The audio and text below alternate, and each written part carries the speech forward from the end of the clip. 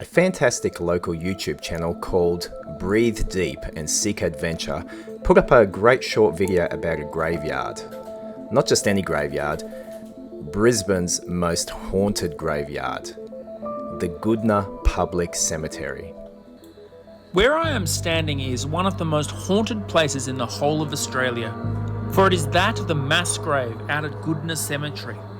They say that when you come here, especially to one section of this abode of the dead, that you'll feel chills down your spine, that you might see apparitions, hear weird voices, that strange things occur, that your phone will stop working or the batteries in your camera will drain flat unusually fast.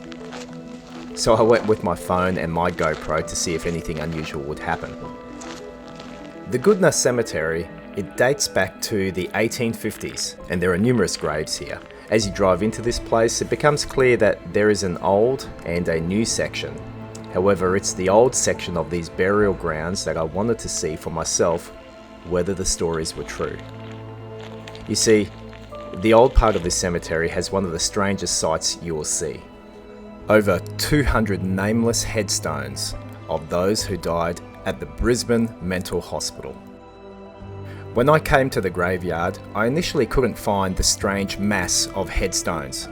I looked all around the place trying to locate them, and then I came across this. This is one of the most infamous memorials at this place, the Headless Angel statue.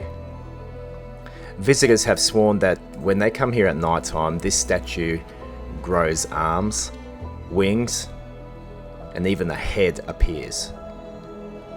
Now, even though I came here during the afternoon, I stood looking at the statue for a few minutes. And then I saw something that you simply would not believe.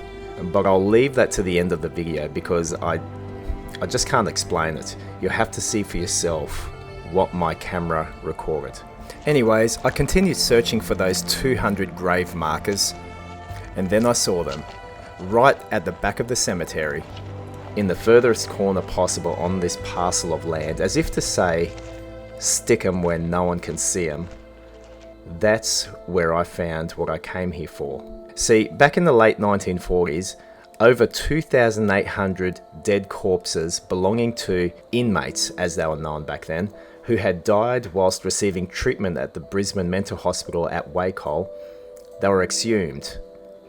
And that means they were dug back up out of the ground, and a big hole was excavated right here at Goodna Cemetery, and over 200 of those bodies were chucked into this big hole, covered up with dirt and a bunch of headstones with inscribed numbers erected because we don't know their names. They were nameless. And I know exactly what you're thinking. If there were 2,800 bodies dug back up, and there's only 200 headstones here, what happened to the other 2,600 plus corpses that were exhumed? And the answer to that question, my friend, is yes.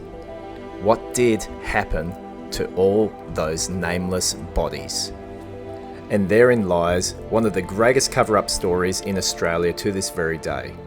And I urge you to check out a video made by Breathe Deep and Seek Adventure on this very subject. I'll leave a link in the description.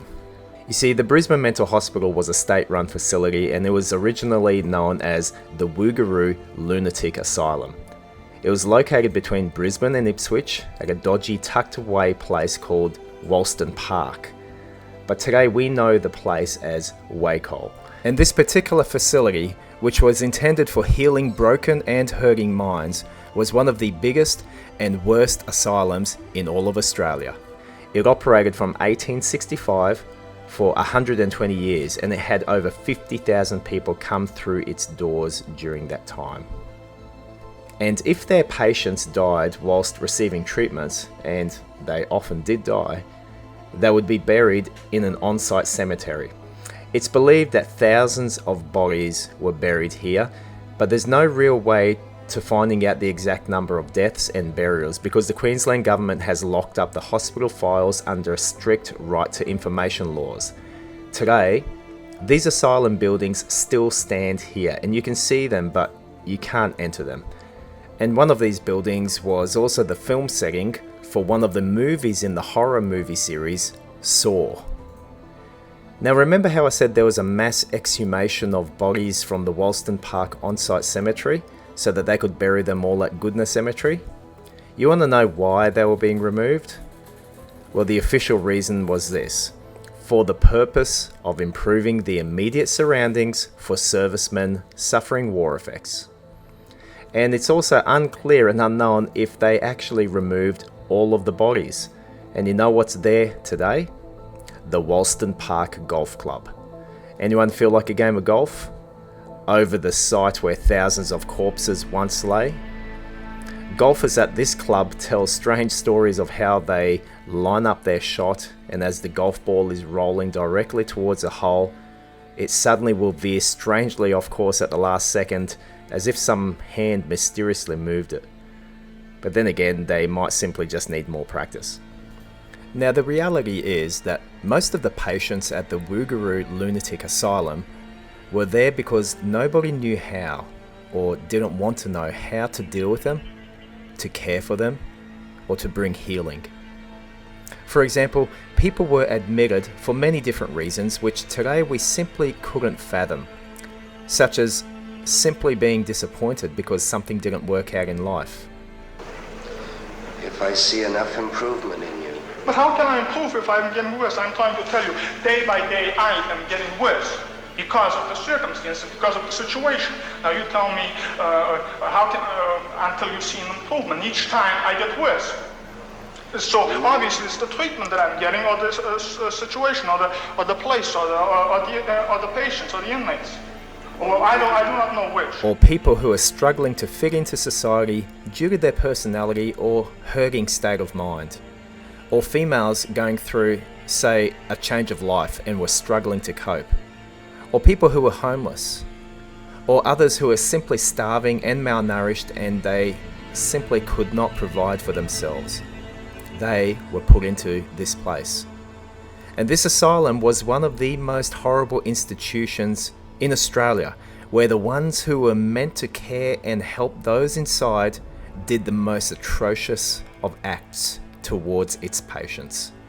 And it was in this place that many, many patients died.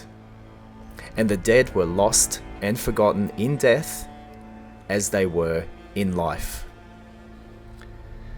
And so here I was, walking amongst, I don't know if you can call them the lucky few who actually made it into the Goodna Public Cemetery. I was looking at their tombstones. I didn't see names because they were forgotten. Instead, what I looked at was their number. And I thought about these unnamed souls. I contemplated their corpses laying here in the furthest and coldest corner of this graveyard. And that's when everything suddenly went quiet, and I saw them. I quickly turned on my camera as they began walking towards